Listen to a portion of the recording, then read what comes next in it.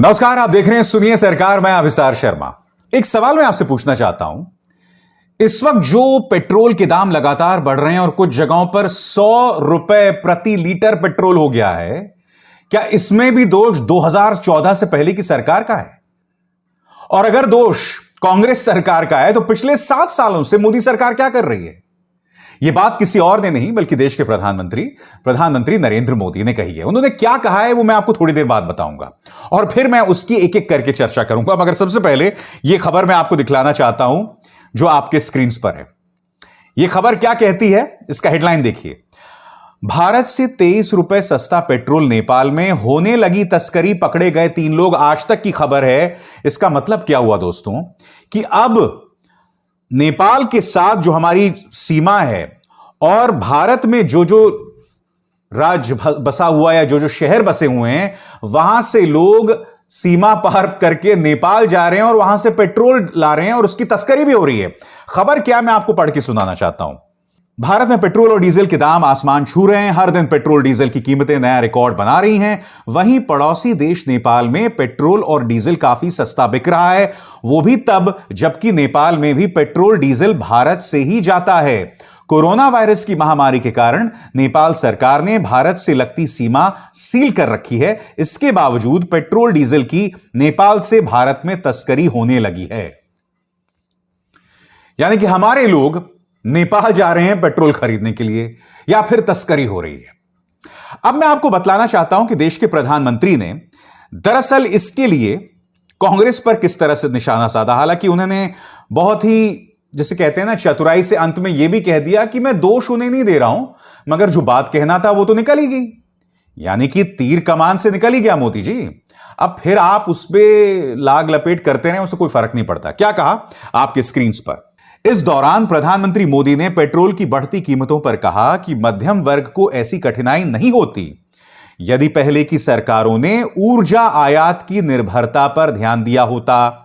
उन्होंने बताया कि 2019-20 में भारत ने अपनी घरेलू मांगों को पूरा करने के लिए 85% तेल और 53% गैस का आयात किया है। मोदी ने वीडियो कॉन्फ्रेंसिंग के जरिए संबोधित करते हुए कहा कि भारत ऊर्जा की बढ़ती मांग की पूर्ति के लिए काम कर रहा है।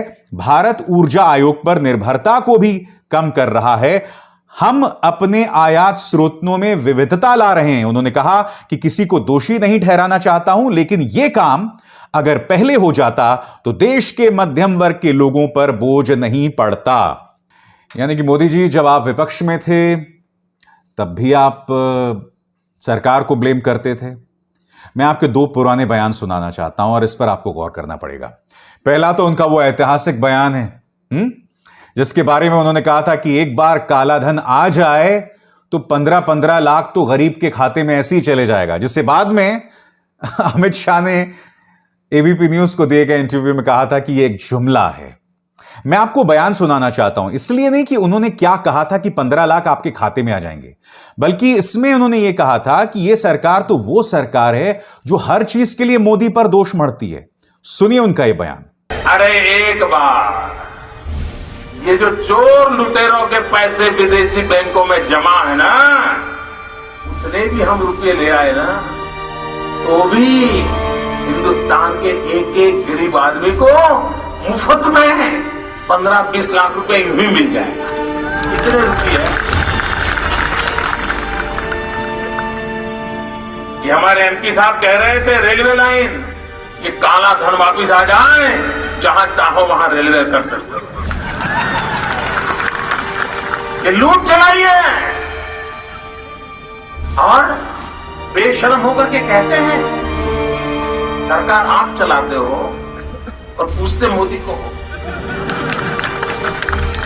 कि कैसे लाए। जिस दिन भारतीय जनता पार्टी को मौका मिलेगा, एक एक पाई हिंदुस्तान की वापस लाई जाएगी और हिंदुस्तान के गरीबों के लिए काम लाई जाएगी। तो सुना आपने, यह सरकार हर चीज के लिए मुझे दोषी ठहराती है।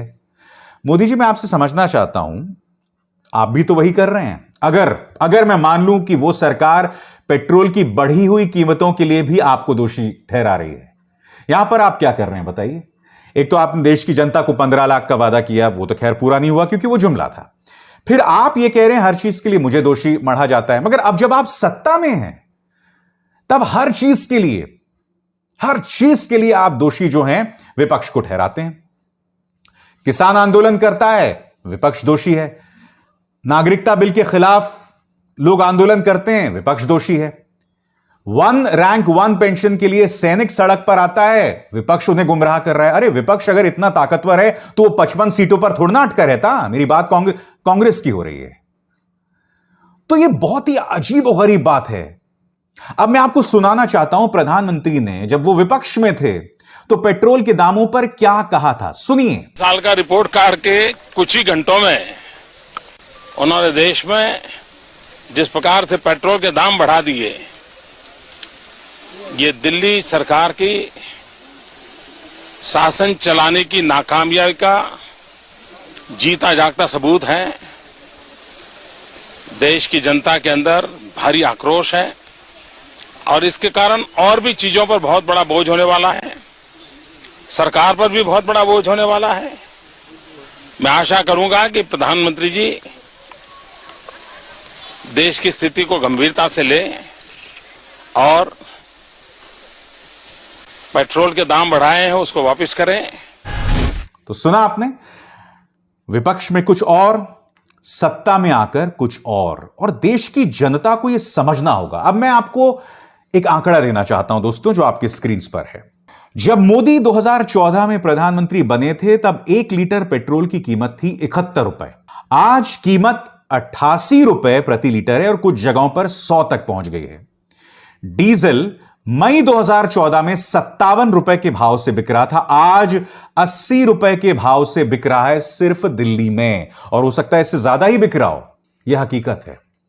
आप जानते हैं ना, मौजूदा आईटी मंत्री रविशंकर प्रसाद इन तस्वीरों में किस तरह से साइकिल में निकल गए थे अपना विरोध जतलाने पेट्रोल की बढ़ती कीमतों को लेकर। मैं आपको बताता हूं कि पेट्रोल के जो दाम बढ़ रहे हैं, इसका सीधा असर जाहिर सी बात है इन्फ्लेशन पर पड़ेगा, मुद्रास्फीति पर पड़ेगा और फिर महंगाई बढ़ेगी। क्योंकि इस वक्त आपको एक बात समझना पड़ेगा कि लोगों के पास नौकरियां नहीं हैं। पिछले 50 साल में नौकरियों को लेकर जो रिकॉर्ड है वो सबसे बदतर है, और ऊपर से अगर पेट्रोल के दाम बढ़ रहे हैं और लगातार बढ़ रहे हैं और सरकार, दोष अब भी 2014 से पहले की सरकार पर मढ़ रही है, तो आपको सोचना पड़ेगा कि सरकार के पास इस पर काबू पाने का कोई जरिया है भी कि नहीं। मगर उससे भी बड़ा सवाल मैं आपसे पूछना चाहता हूं कि देखिए, बीजेपी तो सड़कों पर उतर आती थी 2014 से पहले, आम इंसान भी उस पर बोलता था। इन चेहरों पर गौर कीजिए, अक्षय, अमिताभ बच्चन, अजय देवगन, ये तमाम लोग 2014 से पहले पेट्रोल के बढ़े हुए दामों पर खुल्लम खुल्ला बयान देते थे। मैं नहीं भूला हूं कि अमिताभ बच्चन ने एक जोक डाला था अपने ट्विटर अकाउंट पर कि भैया 2 रुपए का पेट्रोल डलवा दो। तो पेट्रोल जो डालता है उसने पूछा सिर्फ 2 रुपए का क्यों? कहता गाड़ी के अंदर नहीं, गाड़ी के ऊपर, ताकि मैं गाड़ी को जला दूं, क्योंकि पेट्रोल के दाम इतने बढ़ गए हैं। अब ये लोग इतने डर गए हैं कि लोग ये मजाक भी नहीं करते हैं। और ये सवाल आम इंसान के साथ भी है कि देखिए, 2014 से पहले जब आप पेट्रोल के बढ़े हुए दामों पर प्रदर्शन कर सकते थे, अब आप क्यों डरते हैं? जब आपसे पेट्रोल स्टेशंस पर न्यूज चैनल्स के रिपोर्टर्स, कैमरामैन सवाल करते हैं, तो आप इतनी दबी आवाज में अपनी बात क्यों रखते हैं? पेट्रोल के बढ़े हुए दामों पर बात क्यों नहीं की जाती है? उसको लेकर इस कदर खौफ क्यों है आप पे, अपनी बात रखने को लेकर? हकीकत यह दोस्तों कि अब इस मुद्दे को विपक्ष भी उस पुरजोर तरीके से नहीं उठाता जिस पुरजोर तरीके से बीजेपी उठाया करती थी जो 2014 से पहले। एक आर्टिकल में मैंने पढ़ा और बहुत दिलचस्प बात है कि कांग्रेस के कुछ नेताओं से पूछा गया कि भाई आप पेट्रोल की बढ़ी कीमतों के मुद्दे क्यों नहीं उठाते? तो वो कहते हैं कि भाई हम उठा भी देंगे मगर मीडिया उसे दिखाएगा नहीं। और मीडिया, जैसे कि आप जानते हैं उनकी क्या दिलचस्पी है, उनकी दिलचस्पी दिशा रवि पर झूठ का प्रचार प्रसार करना, बेवजह का जहर बोना। जो असली मुद्दे हैं लोगों से जुड़े हुए वो कभी नहीं उठाए जाएंगे। ये इस देश का दुर्भाग्य है। विपक्ष यह सोचकर नहीं उठाता कि मीडिया उसे तवज्जो नहीं देगा। अरे आप अपना कर्म कीजिए ना। मेरे जैसे पत्रकार भी अपनी जिम्मेदारी को समझते हुए सुनिए सरकार जैसे शोज करते हैं ना। क्यों करते हैं हम? क्योंकि सवाल सरकार से ही किया जाएगा, सवाल विपक्ष से नहीं किया जाएगा। वो विपक्ष जो पिछले 2 चुनावों में लगातार पटखनी खाती जा रही है, सवाल उनसे किया जाएगा जो सवालों से बचते हैं, जो पुलिस का इस्तेमाल करते हैं, संस्थाओं का इस्तेमाल करते हैं सवालों को दबाने के लिए। और हम सुनिए सरकार में उस फलसफे से काम करते हैं। विपक्ष भी अपने इस दायित्व को नहीं भूल सकती। हकीकत दोस्तों यह है। इसलिए जाते जाते पेट्रोल की कीमतों पर मैं कहना चाहूंगा कि भारतीय जनता पार्टी अपने इतिहास को ना भूले। प्रधानमंत्री के तमाम बयान मैं आपको सुनवा चुका हूं। विपक्ष अपनी जिम्मेदारी को ना भूले, क्योंकि बेशक आपको मीडिया ने दिखाए, मगर आपको मुद्दे तो उठाने पड़ेंगे ना। देखिए, मीडिया की क्रेडिबिलिटी खत्म हो गई है। गोदी मीडिया को अब कोई गंभीरता से नहीं लेता, और उसी तरह से आपको ये मुद्दे उठाने पड़ेंगे, क्योंकि इसका ताल्लुक आम इंसान से है। आम इंसान को बेशक धर्म का दतूरा चटा दिया गया हो, वो एक अलग मुद्दा है, उस पर बीजेपी जीतती रहेगी। क्योंकि देखिए, नफरत एक बहुत ही आसान तरीका है वोट हासिल करने का। बांट दीजिए, लोगों में असुरक्षा पैदा कर दीजिए। एक जमाने में जिस तरह से मुसलमानों को उनके धर्मगुरु मूर्ख बनाते थे ये कहते हुए कि इस्लाम खतरे में, आज वही हिंदुओं के साथ कुछ लोग कर रहे हैं कि हिंदुत्व खतरे में, हिंदू धर्म खतरे में। तो करिए, वो है ना, पौड़ी हो रही है। तो एक किस्म की अजीबोगरीब पार्टी हो रही है इस देश के अंदर। खैर, सुनिए सरकार में बस इतना ही। अब विसार शर्मा को दीजिए इजाजत। नमस्कार।